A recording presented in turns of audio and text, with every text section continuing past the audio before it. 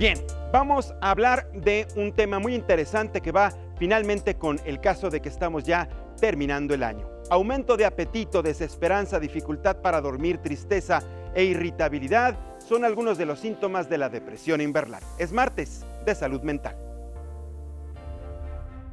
A pesar de que las festividades de Navidad y Año Nuevo son las más esperadas por los mexicanos, también es un periodo que para muchas personas puede significar tristeza. Esto aparece al momento de hacer un balance de lo vivido durante el año para rememorar lo que hicimos y también lo que nos faltó hacer, generando sentimientos de nostalgia o depresión por las expectativas que nos pusimos y resultaron inalcanzables. A esto se le conoce como depresión decembrina. Cerrar un ciclo, en este caso un año, provoca sentimientos de tristeza y angustia por los propósitos no cumplidos en el ámbito personal, laboral, familiar y amoroso. Además, esto aumenta si durante el año perdimos a un ser querido o estamos lejos del hogar. Estudios científicos han demostrado que la depresión decembrina existe también por factores en el ambiente, como la disminución de la luz, el clima frío, incluso a esto se le conoce como trastorno afectivo estacional, un desorden que afecta al 20% de la población relacionada con la disminución de luz que recibe el hipotálamo, que es el responsable de controlar nuestras emociones como tristeza y desánimo. Muy bien, vamos a entrar a detalle como cada martes de salud mental. Ya se encuentra con nosotros nuestra colaboradora y amiga Adriana Ortiz, psicoanalista. Querida Adriana, bienvenida como cada martes. Buen día. Un placer, Mariano. Muchísimas gracias. Y además nos traes un invitado. Claro. Queremos agradecer la presencia aquí en Código Salud del psiquiatra Pablo García Melo. Pablo, bienvenido. Muchísimas gracias por estar con nosotros. Qué interesante el hecho de que Pablo pueda venir como psiquiatra, por supuesto, porque pocas veces podemos hablar con ellos, ¿no?, acerca de este tema tan interesante. Hablamos, sí, desde el punto de vista del psicoanálisis, hemos platicado con los psicólogos, pero pocas veces con los psiquiatras para saber y entender cómo es el tratamiento de una persona con este tipo de padecimiento, depresión invernal. Totalmente, y que además, como lo hemos dicho en otras ocasiones, Mariano, siempre hablamos de este apoyo multidisciplinario, ¿no? Y que mucha gente también se siente atemorizada o puede tener una serie de fantasías acerca de la medicación o de un tratamiento farmacológico que les va a ayudar a mejorar sus síntomas, obviamente aunado por ejemplo, a la psicoterapia, ¿no? También. ¿Qué es la depresión invernal? Bueno, mira, la depresión invernal, o como lo escuchábamos también al inicio, también es conocida como trastorno afectivo estacional. Se da, y hay estudios que demuestran que se da justamente en el inicio del invierno, ¿no?, o durante las épocas decembrinas, que es justo cuando inicia el periodo de invierno. Y se da principalmente porque hay una disminución en la luz solar, y entonces eso afecta directamente al hipotálamo, que ahorita seguramente Pablo nos puede explicar más a nivel orgánico al respecto, y eso hace que la persona entonces pueda tener ciertos síntomas, ¿no?, como por ejemplo tristeza, apatía, o con el horario de verano, Mariano, que de repente nos podemos sentir como desajustados, porque justo se regulan los ciclos de sueño a través, por ejemplo, de esta disminución de la luz del sol, ¿no? Y además con el horario actual, pues por ejemplo ya oscurece más temprano, ya a las 6 de la tarde, por ejemplo, en la zona centro de la República, pues prácticamente ya está oscuro y comienza a amanecer ahí por alrededor de las 7, 7:15 de la mañana, o sea, es más tiempo de oscuridad, menos tiempo de luz. Tiene una afectación propiamente biológica, por lo que entiendo, pero tiene que haber algo más atrás para que una persona, porque finalmente todos o la mayoría estamos expuestos a la poca radiación solar, pero ¿por qué unas personas manifiestan depresión y por qué otras no? Bueno, aquí en general lo que se ha visto respecto a los cuadros depresivos que inician en los periodos estacionales es que hay más riesgo en algunos pacientes, algunas personas que tienen más dificultades para regular el sueño. Por ejemplo, hay quienes sus patrones de sueño son más largos de lo que se menciona como lo normal. Usualmente vemos que alguien nos dice que el patrón de sueño normal es de 6 a 8 horas. Hay personas que tienen patrones de sueño que van de 8, 9, 10 horas. Hay incluso publicaciones que hablan de patrones más largos de sueño. Y se ha visto que estas personas tienen más riesgo de hacer cuadros depresivos precisamente porque requieren más descanso. Sin embargo, cuando se presentan los periodos de baja luz, como puede ser en periodos invernales o incluso en periodos de lluvias, empiezan a tener problemas para tener sueño, empiezan con problemas ya de depresión como tal, ¿no? Tristeza, irritabilidad, ánimo bajo, pensamientos negativos, ideas de minusvalía, ¿no? No sirvo, las cosas ya no van a estar bien, pero está muy asociado, tiene un tema biológico importante en ese aspecto, pero hablamos de una situación biológica que tiene que ver con la regulación de sueño. Eso en algunos pacientes. En otros también vemos que cuando ya tienen depresiones leves o moderadas, se pueden agravar al momento de que se presentan estas épocas del año. Hay personas que cursan con cuadros depresivos por años y que piensan que son así, incluso hay veces que llegan y dicen, pues yo siempre he sido así medio tristón, un poco me cuesta trabajo hacer mis actividades, hay que echarle ganas, ¿no? Y a veces pasa algo y me empiezo a sentir un poco más triste, pero cuando igual llega la etapa de oscuridad y cuando empiezan a ver los periodos invernales o de poca luz, se agravan la sintomatología, ¿no? Ahora, finalmente, ya como nos comentaba Pablo, sí hay un efecto, y tú también nos decías, hay un efecto biológico que tiene que ver con el clima, con la estación, de ahí el nombre propiamente, menos luz, menos radiación, y con esto, bueno, esta afectación directamente a las células, al hipotálamo, al cerebro. Así es. Pero una persona que manifiesta un exceso de tristeza, mucha melancolía quizá, también tiene problemas, no es de la noche a la mañana, no me siento feliz en noviembre y en diciembre ya estoy triste. No, justamente como lo mencionaba el doctor Pablo en este momento, sí puedes venir de cursar una depresión leve, ¿no? Que hay estos 3 tipos de depresión, que es leve, que generalmente puede desaparecer por sí sola, no requiere de algún tratamiento, nos podemos deprimir por alguna cuestión que esté pasando, ¿no?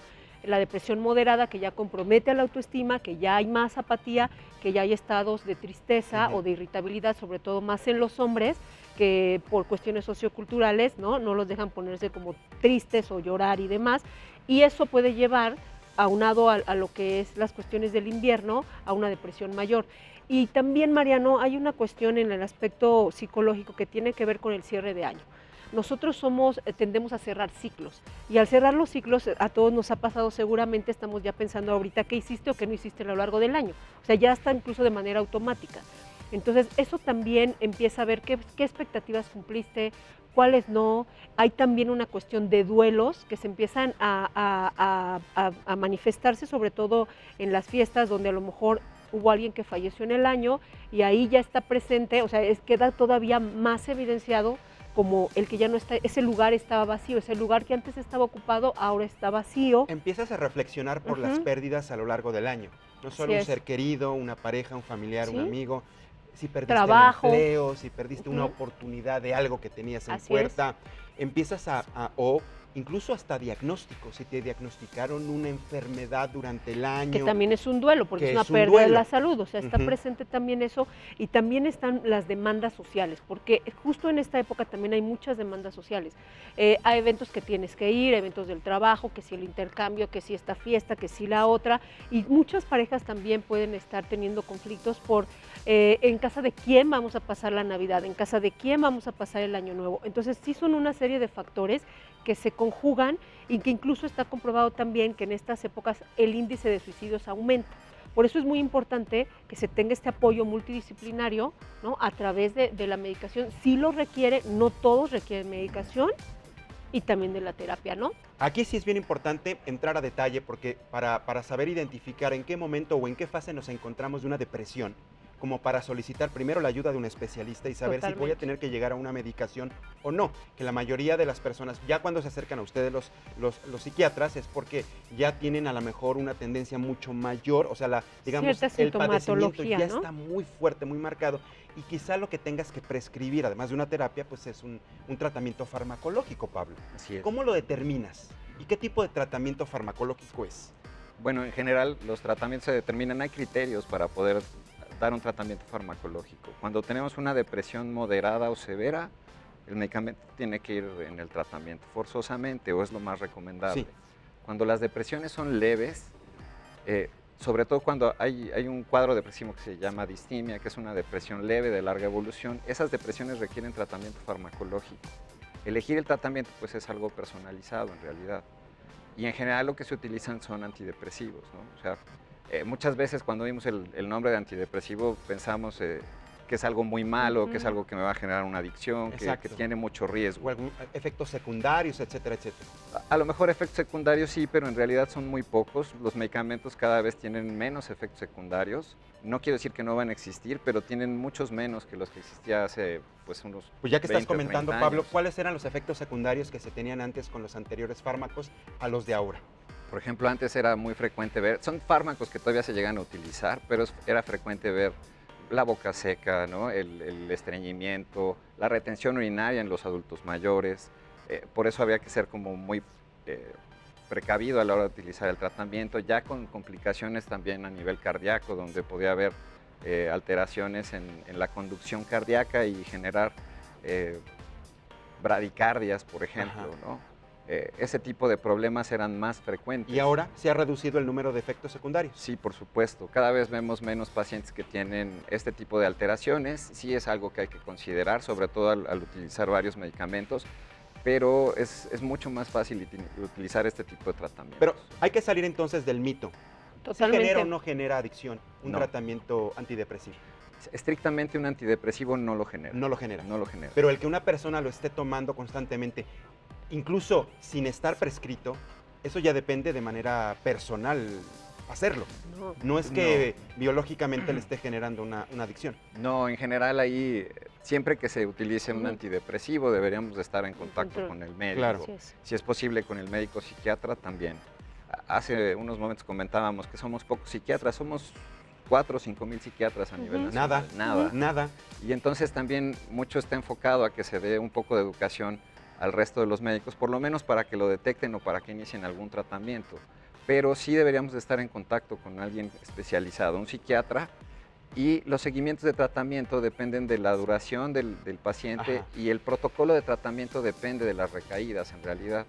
Los tratamientos van de 6 meses a 2 años y hay pacientes que requieren tratamiento continuo, ya de por vida, pero eso se decide ya en un tratamiento donde el paciente Claro, está en dependiendo de los seguimiento. resultados, la evolución y que de ahí tenga. la importancia, como por eso era muy importante, valga la redundancia, que viniera el doctor Pablo, porque justo nos puede hablar de todas estas cosas que de repente pueden generar muchas fantasías en quien nos ve. Efectivamente, por eso es el apoyo multidisciplinario, para que tenga un mejor pronóstico en la evolución de lo que son los medicamentos a un tratamiento psicológico, porque ahí la persona va a tener como todavía una mayor disposición para poder hacer frente a sus problemas, porque muchas veces por esta misma depresión no pueden dormir, están desconcentrados y entonces también el trabajo psicológico se dificulta, porque finalmente lo primero es empezar a regular todas estas cuestiones para que la persona entonces sí pueda concentrarse en ella misma y trabajar, Mariano. Y además quitarnos este mito que ir con el psiquiatra es porque estás loco, porque también es eso. O sea, le tenemos mucho miedo cuando debemos aprovechar que es el médico especialista Claro, para ayudarte con ese problema. te ayude, Claro. para que te ayude.